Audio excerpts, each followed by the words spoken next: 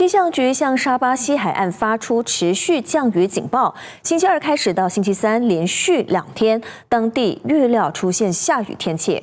气象局局长莫西山表示，受影响的地区包括兰瑙、古达毛绿、山打根、都鲁毕、金纳巴当岸、